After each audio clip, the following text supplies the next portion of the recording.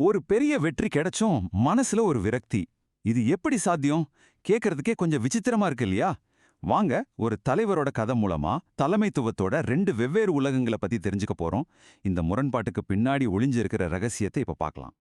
இந்த பாஸ்டர் சொல்றத கேளுங்க. அந்த வார்த்தைகள்ல இருக்கிற வலிய உங்களால உணர முடியுதா? அவர் ஒரு அற்புதத்தை செஞ்சிருக்காரு, ஆனா அதை கொண்டாட முடியல. மனசுக்குள்ள ஒரு பெரிய ஏமாற்றம். ஒரு வெற்றி ஏன் ஒரு தோல்வி மாதிரி வலிக்கணும்? இதுதான் நாம இன்னைக்கு ஆராய போற மர்மம். ஆமா, இதுதான் இங்க முக்கியமான கேள்வி. நாம செஞ்ச ஒரு நல்ல விஷயத்துக்கு எதிர்பார்த்த பலன் கிடைச்சும் ஏன் நமக்கு ஒரு திருப்தி கிடைக்க மாட்டேங்குது? இந்த புதிருக்குள்ளதான் ஒரு ஆழமான உண்மை ஒளிஞ்சிருக்கு.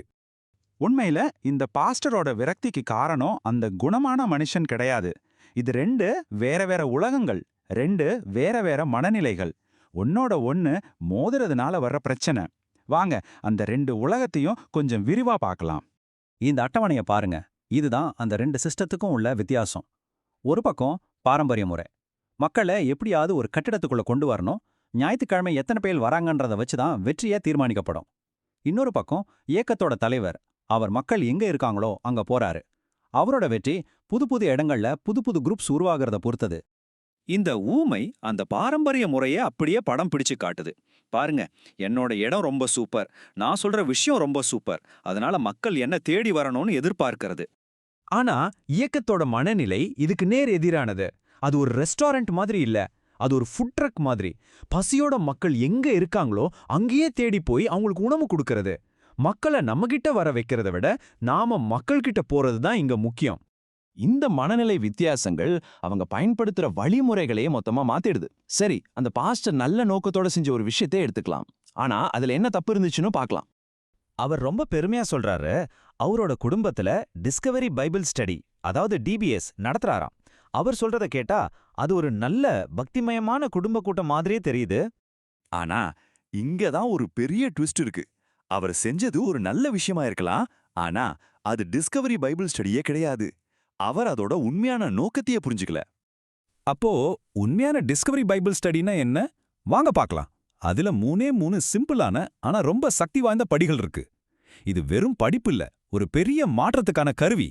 முதல் படி இணைதல். அதாவது மக்கள் மனசு விட்டு அவங்க சந்தோஷம் கவலைகளை பத்தி பேச ஒரு இடம் கொடுக்கறது. ரெண்டாவது படி கண்டுபிடித்தல். இங்கதான் மேஜிக்கே நடக்குது. தலைவர் பிரசங்கம் பண்ண மாட்டார். பதிலுக்கு அந்த குரூப்ல இருக்கிறவங்களே வேதத்திலிருந்து தங்களுக்கு என்ன பதில் கிடைக்குதுன்னு கண்டுபிடிப்பாங்க. மூணாவது ரொம்ப ரொம்ப முக்கியமான படி பெருக்குதல். இன்னைக்கு கத்துக்கிட்ட விஷயத்தை யார்கிட்ட சொல்ல போறீங்கன்னு பேரை குறிப்பிட்டு கேட்கணும். இது அறிவை செயலா மாத்துறது. இதுதான் பெருக்கத்துக்கான இன்ஜின். இந்த உவமை வித்தியாசத்தை ரொம்ப தெளிவா காட்டுது. பிரசங்கம் கேட்கறதுங்கிறது ஜிம்ல ஒருத்தர் வெயிட் தூக்குறத வேடிக்கை பார்க்கற மாதிரி. ஆனா டிபிஎஸ்ல பங்கேற்பது நீங்களே வெயிட் தூக்கி உங்க உடம்ப ஏத்துற மாதிரி. ஆன்மீக வளர்ச்சி வேடிக்கை பாட்டா வராது, செஞ்சாதான் வரும். இந்த வழிமுறைகளுக்கெல்லாம் பின்னாடி இருக்கிறது அந்த தலைவரோட ஆழமான நம்பிக்கை. அவர் தன்னை எப்படி பார்க்கறாருங்கிறது தான் எல்லாத்தையும் முடிவு பண்ணுது. அந்த பாஸ்டரோட இந்த வார்த்தைகளையே கேளுங்க. அவரோட மனநிலை இதிலேயே தெளிவா தெரியுது இல்லையா? அவர் தன்னோட மக்களை அவரை சார்ந்து இருக்கிறவங்களா தான் பார்க்கறாரு. அறிவுக்கு ஒரே ஒரு வழி நான் தான் அப்படின்னு நினைக்கிறாரு. ஆனா ஒரு நிமிஷம் யோசிச்சு பாருங்களேன். கடவுள் பேசுறத கேட்க இறையல்ல ஒரு PhD பட்டம் வேணுமா என்ன? ஒரு சாதாரண மனுஷனால கடவுளோட வார்த்தையை நேரடியா புரிஞ்சிக்க முடியாதா? இங்கதான் ஒரு டிஎம் தலைவர் மாறுபடுறாரு. அவர் ஒரு வாய்க்காப்போர் மாதிரி அறிவு பூட்டி வைக்கிறதில்ல. அவர் ஒரு தோட்டக்காரர் மாதிரி. செடிகள் தானா வளர தேவையான சூழலை உருவாக்கிட்டு அதுங்க வளரும்னு நம்புவாரு. அவரு அறிவை விதைக்கிறாரு, பூட்டி வைக்கிறது இல்ல. கடைசியா இந்த ரெண்டு மனநிலைகள் மற்றும் வழிமுறைகளோட இறுதி விளைவு என்னன்னு பார்க்கலாம். இதுதான் இந்த பகுப்பாயோட உச்சக்கட்டம். 3. இந்த நம்பர் எதை குறிக்குது தெரியுமா? 3 வருஷம். 3 நீண்ட வருஷத்துக்கு அப்புறமும் அந்த பாஸ்டரோட கட்டுப்பாட்டுல இருந்தது வெறும் 3 குழுக்கள் மட்டும்தான். இதுக்கு பேரு வளர்ச்சி இல்ல, இது தேக்கம். இந்த தேக்கமே ஒரு முக்கியமான உண்மையை வெளிச்ச போட்டு காட்டுது. அவரோட அமைப்பு கூட்டல மட்டும்தான் செய்ய முடியும், பெருக்கலை ஒருபோதும் செய்ய முடியாது. இந்த ஒப்பீடு எல்லாத்தையும் விளக்கிடும்.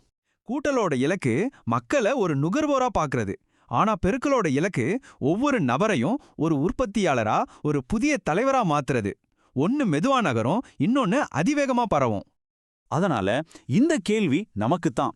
நம்ம வேலையிலையோ குடும்பத்திலேயோ இல்ல சமூகத்திலேயோ நாம உருவாக்குற அமைப்புகள் மக்களை நம்மள சார்ந்து இருக்க வைக்குதா, இல்ல அவங்களையே தலைவர்களா மாத்துதா? நாம கூட்டல் கணக்கு போடுறோமா, இல்ல ஒரு பெருக்கல் புரட்சியை ஆரம்பிக்கிறோமா?